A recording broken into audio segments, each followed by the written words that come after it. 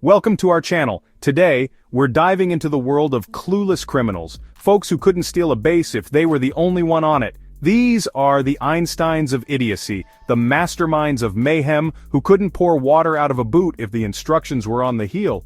We're talking about criminals who got caught in the most ridiculous, unbelievable, laugh-out-loud ways. So buckle up because you're not going to believe this. So this genius decides to rob a convenience store, right? He's got his game face on, his demands all ready, probably practiced them in the mirror a few times, but there's one tiny detail he overlooked in his master plan: his wallet. Yep, this criminal mastermind left his wallet on the counter, complete with his driver's license, library card, and Blockbuster membership, which I guess dates this story a bit. The cops didn't even need to dust for prints. They just looked at the ID and went straight to his house. This criminal, let's call him Stinky, thought he could outsmart the cops after a botched bank robbery. His brilliant escape plan? A dumpster. Yeah, you heard that right. Not exactly Ocean's 11, is it? So Stinky dives headfirst into the dumpster, thinking he's home free. Little did he know his timing was worse than my opening monologue on a bad night. Just as the cops were closing in, the garbage truck arrived. You can guess what happened next.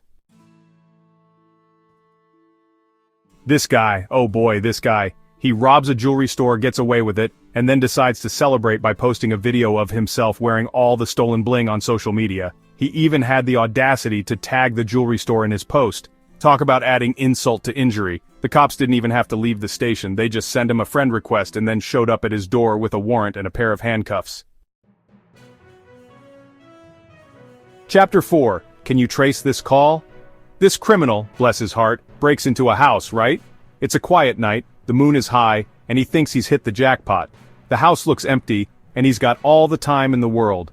Or so he thinks. He's stuffing his pockets with valuables, feeling pretty good about himself. Gold necklaces, shiny rings, and even some cash. He's grinning from ear to ear, thinking about how he's going to sell these and make a quick buck. But then, in a moment of sheer brilliance, he trips over a lamp and calls 911. Imagine the scene. He's fumbling around in the dark, trying to keep quiet, and then, BAM!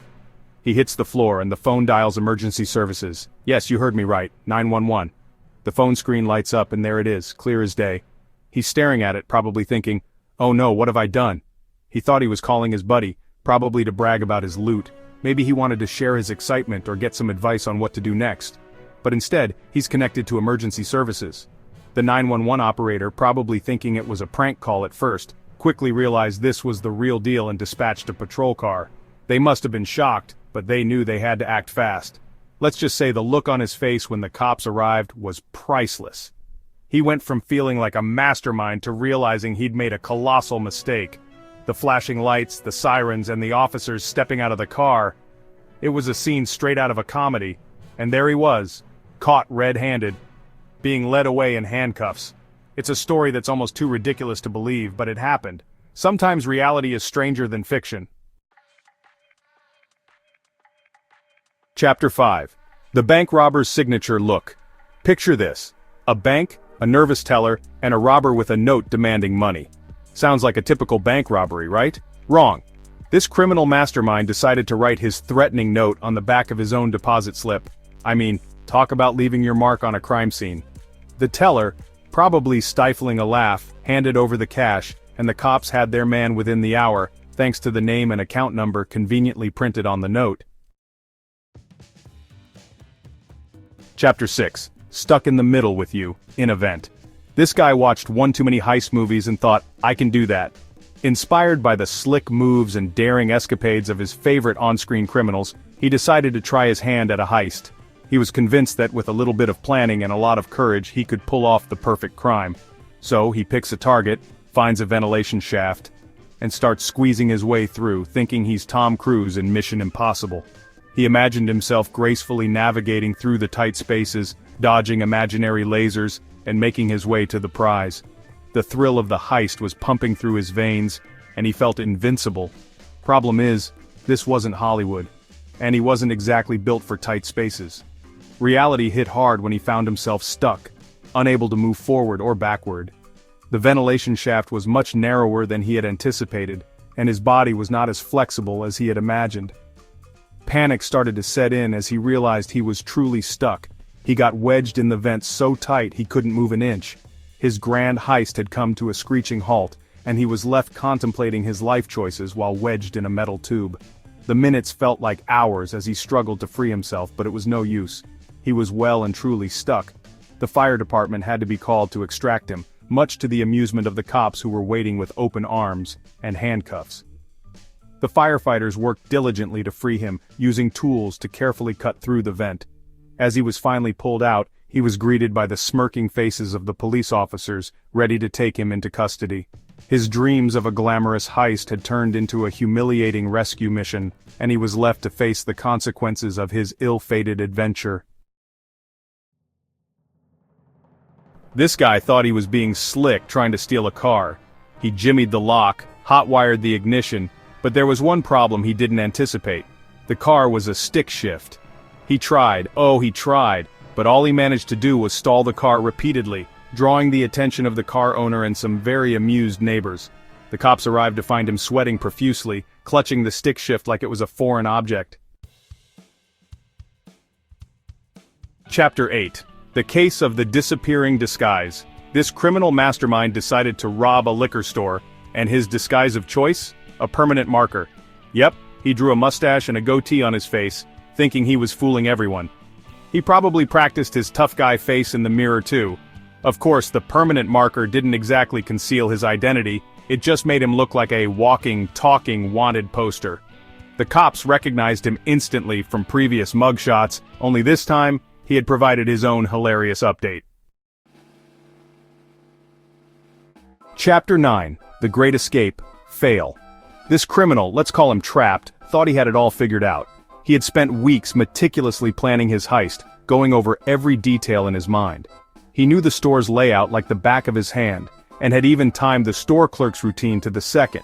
He'd case the joint, a small electronics store, create a diversion, and make off with armfuls of the latest gadgets. The store was known for its high-end electronics, from the latest smartphones to cutting-edge gaming consoles.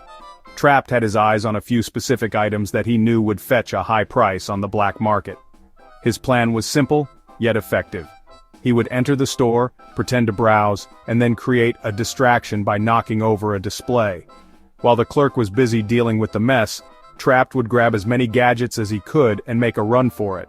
Only problem was, he forgot to factor in the quick-thinking store clerk who, after Trapped made his move, promptly locked the front door. The clerk had been suspicious of Trapped from the moment he walked in, noticing his nervous glances and fidgety behavior. As soon as Trapped knocked over the display and started grabbing gadgets, the clerk hit the emergency lock button behind the counter, sealing all exits. Trapped was caught off guard, realizing too late that he was trapped inside the store. Trapped was left running around the store like a hamster on a wheel, desperately searching for another exit. He tried the back door, the windows, even the ventilation system, but everything was securely locked. Desperately searching for another exit, he realized there was no way out. Panic set in as he frantically searched for any possible escape route, but the store was like a fortress, only to be greeted by locked doors and windows. Every exit was sealed, and there was no way to break through without attracting even more attention. He eventually resigned himself to his fate, slumping onto the floor, just as the cops arrived. The store clerk had already called the police, who were on their way to apprehend the would-be thief. As the police entered the store, Trapped knew his great escape had failed miserably. He was handcuffed and led away, his dreams of a big score shattered. The store clerk watched with a satisfied smile, knowing that quick thinking had saved the day. Chapter 10. Running towards trouble. This criminal, let's just say he wasn't the sharpest tool in the shed. After a botched robbery attempt, he decided to make a run for it. He sprinted down alleys, zipped around corners, and even tried to blend in with the crowd. But his grand escape plan hit a snag when he accidentally ran straight into the front door of a police station. I mean, talk about bad luck. The cops inside didn't even need to chase him. He practically delivered himself right into their custody. Thanks for watching. If you enjoyed these stories of criminals who are about as sharp as a marble, don't forget to like, comment, and subscribe for more amazing content. And remember, if you're ever thinking about committing a crime, do yourself a favor and maybe just stay home and watch some TV instead. You'll be better off, and honestly, you'll probably be more entertained. See you next time.